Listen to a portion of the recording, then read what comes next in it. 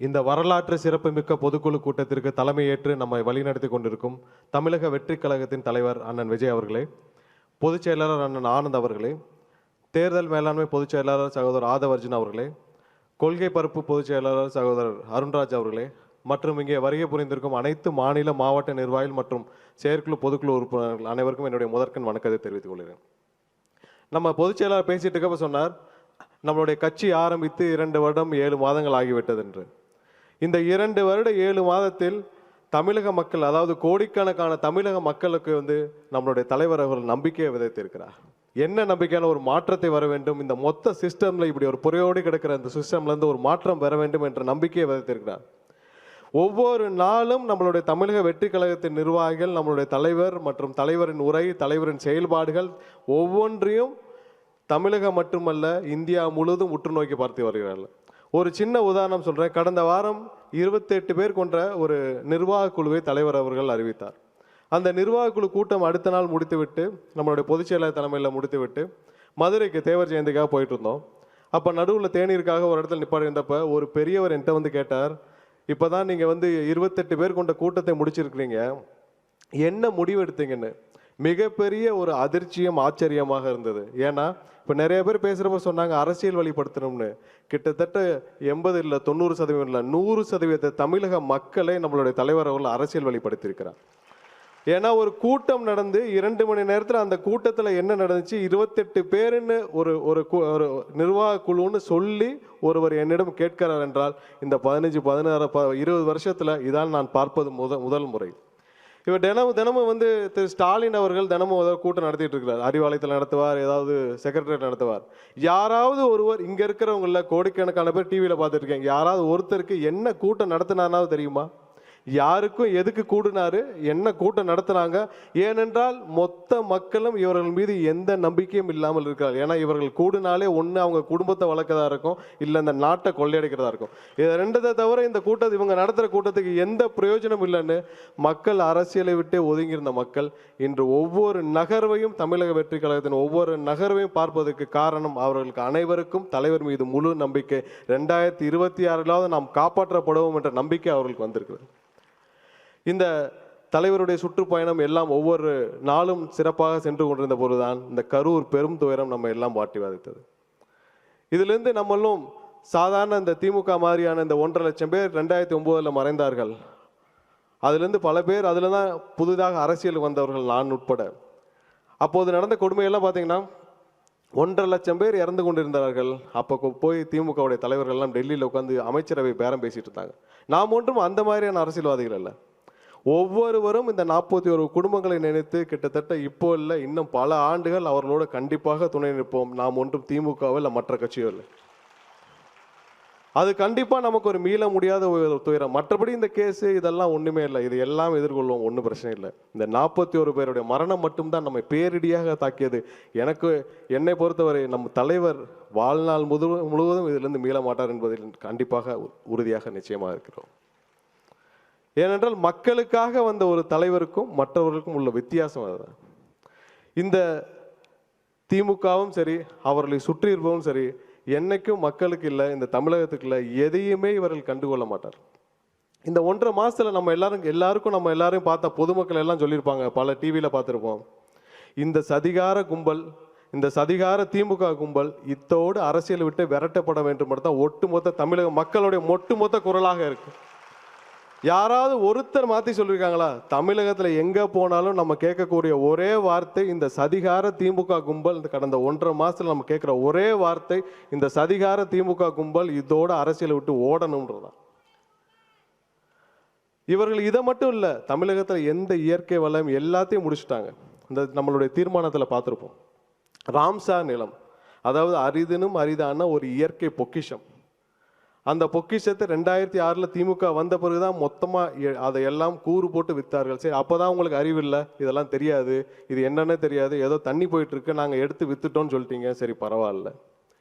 இப்போ சென்னையின் பிரதான பகுதி, எல்லாரும் லட்சக்கணக்கான மக்கள் அங்கே போய் வர்ற பகுதி, அதில் ஒரு 15 ஏக்கர் எடுத்து நீங்கள் இல்லீகலாக கொடுக்குறீங்க. பல ஆயிரம் கோடி இதில் கொள்ளையடிக்கப்படுகிறது. இதில் கிட்டத்தட்ட 3 அரசு துறைகள், 3 அமைச்சரின் கீழ் இருக்கும் அரசு துறைகள் அதை முறைகேடாக அனுமதியும் கொடுக்கிறது. இதற்கு ஒரு முதல்வர் அதுக்கு ஒரு விளக்கமும் கொடுக்குறாரு. என்னன்னா, வரைபடம் மட்டும்தான் இருக்கிறது, உள்ள சர்வே நம்பர்லாம் இன்னும் போடல, பட்டாலாம் இல்லைன்னு. இதே இதில் அனக்காபுத்தூரில் ஆயிரக்கணக்கான வீடுகள் இடிக்கப்பட்டுச்சு. அதுவும் பார்த்தீங்கன்னா அந்த நமக்கு வந்த ஜட்ஜ்மெண்ட் மாதிரி தான். அது உயர்நீதிமன்றத்தில் ஒரு பொதுநல வழக்காக தாக்கல் செய்யப்படுது. அதில் ரெஸ்பாண்டண்ட்டாக தமிழக அரசின் நிர்வாகத்துறையே போடுறாங்க. அனக்காபுத்தூர் பகுதி மக்களே இல்லை ரெஸ்பாண்டண்ட்டாக. அப்போ அரசு சார்பாக ஒரு வரைபடத்தை கொடுத்து, இந்த வரைபடங்கள் எல்லாம் நீர்நிலைகள்னு சொல்லி உடனே என்ன ப்ரேயரோ அதான் ஜட்ஜ்மெண்ட்டில் கொடுப்பாங்க. என்ன ப்ரேயர் கேட்டாங்களோ ஸோ அதன்படி ஒரு ஆர்டர் கொடுக்கப்படுது. இது அப்படின்னா ஈடிங்கன்னு சொல்லிட்டு, உண்மையாகவே மக்கள் மீது அக்கறை கொண்ட ஒரு அரசாக இருந்தால் மேல்முறையீடு செஞ்சிருக்க வேண்டும். இல்லை நாங்கள் அசஸ் பண்ணணும், இதில் நீர்நிலைகள் ஏங்க அங்கே இருக்கிற மக்கள் அனைவருக்கும் பட்டா இருக்குது, நீங்கள் தான் அனுமதி கொடுத்துருக்கீங்க, சர்வே நம்பர் இருக்குது. அங்கே ஒரு ஸ்டாண்ட் எடுத்த இதே திமுக அரசு ஒரே நாளில் 100 பேர் 200 பேர் கொண்ட கேம்ப் ஆஃபீஸ் அங்கே போட்டு ஆயிரக்கணக்கான வீடுகளை இடித்து 10,000த்திற்கும் மேற்பட்ட மக்களை தமிழகத்தில் அகதிகளாக்கி, நம் கண் முன்னாடி அகதிகளாக்கி கொண்டு போய் வேற எங்கேயோ கூட்டிட்டு வந்துட்டாங்க. அதை அங்கே செய்த திமுக அரசு இங்கே அதே ராம்சார் நிலத்தில் பல ஆயிரம் கோடி இவர்களுக்கு எங்கேயோ லாபம் கிடைக்கின்றதுக்காக அரிதினும் அரிதான ஒரு பொக்கிஷத்தையே கூறு போட்டு விற்கிறாங்கன்னா மற்ற இதெல்லாம் விட்டா வைக்க போகிறாங்க. இவர்களுக்கு எந்த பற்றியும் கவலை கிடையாது. இவர்களுக்கு தினமும் இங்கே போய் தலைமைச் செயலகத்தில் உட்காந்தா என்ன வருமானம், யாரை அடிக்கலாம், எவ்வளோ வருமானம், ஒவ்வொரு அமைச்சருக்கும் ஒரு கணக்கு இருக்குது. இன்னைக்கு இத்தனை கோடினா அத்தனை கோடி. இதை தவிர இவர்களுக்கு வேற எந்த வேலையும் கிடையாது. இவர்கள் மக்களை பார்க்கும் உயரம்லாம் வேற தூரம். அதை மக்கள்லாம் கிட்டத்தட்ட அவர்களுக்கு ஒரு புழு பூச்சி மாதிரி தான். நீங்கள் சமீபத்தில் பார்த்துருப்பீங்க, மணச்சநல்லூர் எம்எல்ஏ, திமுகவுடைய எம்எல்ஏ பேசினதை பார்த்துருப்பீங்க. அதாவது உழைச்சி ஓடாய் போன உட்கார்ந்த ஒரு மக்கள் கிட்டத்தட்ட உட்காந்தாங்க. அந்த பகுதி மக்கள்கிட்ட கேட்குறார், எங்கள் அப்பாவுடைய ரோல்ஸ் ராய்ஸ் கார் விலை என்ன தெரியுமான்னு கேட்குறார். அதாவது அவருடைய சம்பந்தப்பட்ட ஹாஸ்பிட்டலில் 200க்கும் மேற்பட்டவருடைய கிட்னி திருடப்பட்டிருக்கு. உங்களுடைய ஹாஸ்பிட்டலில் கிட்னி திருடின ஒரு கொஞ்சம் கூட குற்றவுணர்வு இல்லை. உங்களுடைய நிர்வாகத்தில் இத்தனை பேர் இருக்கிற 200க்கும் மேற்பட்ட மக்கள் அவங்களுடைய உடல் உறுப்புகளை இழந்திருக்கிறார்கள், பாதிக்கப்பட்டான கொஞ்சம் கூட ஒரு வருத்தம் இல்லை. அவர் கேட்குறாரு, இதில் வர்ற 2 லட்சம் 3 லட்சம்லாம் ஒரு காசே இல்லை, இதை வச்சுட்டு எங்கள் அப்பாவுடைய ரோல்ஸ் ராய்ஸ் காரை கூட வாங்க முடியல, இன்னும் நிறைய பேரோட கிட்னியை உருணுங்கிறாரு. இதுதான் திமுக மட்டும் இல்லை, திமுக இருக்கிற ஒட்டுமொத்த அமைச்சராக எம்எல்ஏ எல்லாருடைய எண்ணமும் இதுதான். அவர்கள் எதை செய்தாலும் மக்களிடமிருந்து எதையாவது கொள்ளையடிக்கணும்னு தவிர வேற எதுவுமே கிடையாது. அவர்களை நம்ம திருத்த முடியாது. அவர்களை நீ போய் நம்ம கல்வி கொடுத்து நீங்கள் மக்களுக்கு நல்லது செய்யுங்கன்னா, ஏன்னா அவர்கள் வளர்க்கப்பட்ட முறை அதுதான். நாம தான் நம்மளை மாற்றிக்கொள்ள வேண்டும். ஏன்னா அவர்களை போய் நீங்கள் போய் இனிமேல் நாட்டுக்கு நல்லது செய்யுங்கன்னா எங்கேயாவது யோசிப்பாங்களா? அவர்களுக்கு செய்யவாவது தோணுமா? அந்த பழக்கமாவது இருக்கா? ஏன்னா பல பேர் சொல்வது, நிறைய பேர் இப்போ நம்ம பேசினப்போ சொன்னாங்க, கட்டமைப்பை பற்றி சொன்னாங்க. அங்கங்கே பார்க்குற பொதுமக்கள் சொல்லுவாங்க, நீங்கள் கேண்டிடேட் நல்ல கேண்டிடேட் போடுங்கன்னு. மக்களுக்கு என்னன்னா ஒரு ஏக்கம், எப்படியாவது நீங்கள் ஆட்சிக்கு வர வேண்டும் என்ற ஒரு ஏக்கம் எல்லாருக்கும் வர ஆரம்பிச்சிச்சு. ஏன்னா இதுக்கு மேலே ஒரு வாய்ப்பு பொதுமக்களுக்கு, தமிழக மக்களுக்கு என்னைக்கே அமையாது. 100 ஆண்டுகளுக்கு ஒரு முறை தான் ஒரு தலைவர் வருவார். அப்படி ஒரு அரிதான ஒரு தலைவர் நமக்காக வந்திருக்கிறார். இந்த வாய்ப்பை தமிழக மக்கள் விடக்கூடாதுன்னு ஒவ்வொருவரும் பார்க்குறப்பல அவர் சொல்கிற விஷயம், பொதுவாக சொல்கிறது, அதில் முதன்மையானது ஒரு நல்ல கேண்டிடேட் போடுங்க. கோடிக்கணக்கான மக்கள் டிவியில் பார்த்துட்டு இருப்பீங்க. ஏன்னா தலைவரோட நிகழ்ச்சி எல்லாமே கோடிக்கணக்கான மக்கள் டிவியில் எப்பவும் பார்க்குற விஷயம். இந்த கோடிக்கணக்கான மக்களிடம் ஒரே ஒரு விஷயம், ஒரு 5 நிமிஷம் உங்களுடைய மனதில் கை வச்சு சொல்லுங்க. உங்களுக்கு தெரிஞ்ச எல்லா அமைச்சர்கள் பட்டியலும் போடுங்க, எல்லா எம்எல்ஏ பட்டியலும் போடுங்க. அதில் யாராவது ஒரே ஒருத்தர் 5 நிமிஷம் ஒரு நாளைக்கு மக்களை பற்றி மட்டும் சிந்திக்கிற ஒரு நபரை சொல்லுங்கள். இதே இதில் எங்களுடைய தலைவர் அவர்கள் தமிழகத்தோடைய கடைக்கோடி கம்பம் போடி எடுத்துக்கோங்க. அங்கே இருக்கிற ஒரு சுய உதவிக்குழு இருந்த ஒரு அக்கா அவர்களை தேர்ந்தெடுத்து அவர்களை எம்எல்ஏ வாக்கி உங்களுடன் 24 மணி நேரம் இருக்கக்கூடிய ஒரு நபரை கொண்டு வருவார். அந்த நபர் ஒரு 5 நிமிஷம் இல்லை, ஒரு நாள் 100% மக்களை பற்றி மட்டுமே சிந்திக்கக்கூடிய ஒரு நபராக இருப்பார். ஏன்னா இதில் எனக்கு எந்த சந்தேகமும் இல்லை. ஏன்னால் தலைவரை சில மாதங்கள் பார்த்து அவருடன் பழகிய இதில் சொல்கிறேன், நெகட்டிவான எந்த விஷயமும் அவர்கிட்ட போகாது. நெகட்டிவான சிந்தனை உள்ள யாரும் அவர்கிட்ட ஒட்டவும் முடியாது. நெகட்டிவான எந்த பேச்சும் அவர்கிட்ட ஒட்டாது. தவறு செய்தால் அடுத்த நிமிடம் தூக்கி எறியப்படுவார்கள் என்பதில் எந்த மாற்று கருத்து முடியாது.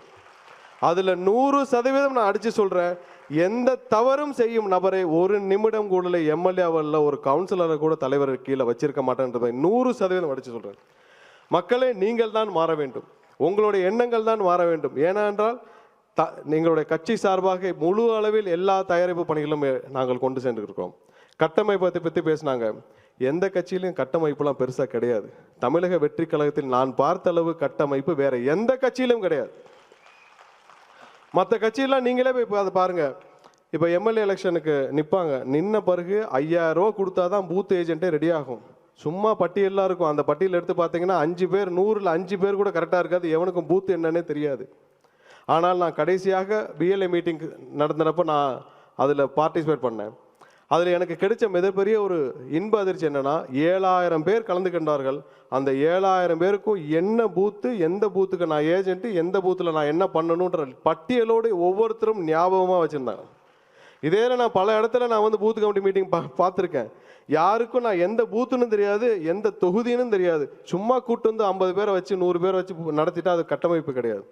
பணத்தை மட்டுமே வச்சு எலெக்ஷனை பார்க்கறதுக்கு பேர் கட்டமைப்பு கிடையாது. மக்களும் நிர்வாகிகளும் தலைவருக்காக உண்மையாக இருக்கிற நிர்வாகிகளை வச்சு பார்க்கறது தான் கட்டமைப்பு. என்னை பொறுத்தவரை தமிழக வெற்றி கழகத்திற்கு இருக்கும் கட்டமைப்பு இந்தியாவில் எந்த கட்சிக்கும் கிடையாது. ஏன்னா ஒரு பூத்தில் இன்னைக்கு சொன்னாலும் 100 பேர் தயாராக இருக்காங்க. ஏதாவது ஒரு கட்சியை சொல்லுங்க, 50 பேரை கூட்டு வர சொல்லுங்க. இன்னைக்கு இருக்கிற திமுகவாக இருக்கட்டும், அவர்களுக்கு ரொம்ப அவர்களுடைய டாப் தொகுதி எடுத்துக்கோங்க, ஒரு பூத்துக்கு 50 பேரை கொண்டு வர சொல்லுங்க. நீங்கள் சொல்றதை நான் கேட்குறேன். ஒரே ஒரு விஷயம், தமிழக மக்கள் பல பேர் பார்த்துட்டு இருக்கீங்க. இங்கே எங்களுடைய தலைவர் உட்பட இங்கே இருக்கிற யாரும் நாங்கள் வந்து பல தலைமுறை அரசியல்வாதிகள் கிடையாது. எல்லாரும் முதல் தலைமுறை அரசியல்வாதிகள். எங்களுக்குன்னு பெரிய கட்டமைப்பு, பணமோ பெரிய அரசியல் பிரம்பமோ பெரிய கட்டமைப்போ கிடையாது. ஆனால் எங்களுக்கு இருக்கிற ஒரே நம்பிக்கை, கோடிக்கணக்கான மக்கள் எங்கள் தலைவர் மீது வைத்திருக்கும் ஒரே நம்பிக்கை மட்டும்தான். இன்னும் பல சதி வேலைகள் நடக்கும். எங்களை தடுக்க, எங்களுடைய தலைவரின் ஒவ்வொரு படியையும் தடுக்க பல சதி வேலைகள், சதி திட்டங்கள் நடக்கும். பல தடைகள் வரும். இதை எல்லாத்தையும் நாங்கள் உங்களுடைய நம்பிக்கையை மட்டும் வைத்து நாங்கள் எதிர்கொள்ள தயாராக இருக்கிறோம். ஆனால் நீங்கள் மாற்றத்திற்கு 100% தயாராக இருங்கள். 2026 உங்கள் அண்ணன், எங்களுடைய தலைவர் அண்ணன் விஜய் அவர்கள் தலைமையில் அமைச்சரவை அமைந்தே தீரும். முதல்வராக அமைந்தே தீர்வார். இந்த வாய்ப்பை தவறவிட்டால் இது தமிழகத்தை யாராலும் காப்பாற்ற முடியாது என்பதை ஆணித்தரமாக சொல்லிவிட்டு இந்த வாய்ப்பை வழங்கி என்னுடைய தலைவருக்கு என்னுடைய நன்றியை தெரிவித்துக் கொண்டு விடைபெறுகிறேன். நன்றி, வணக்கம்.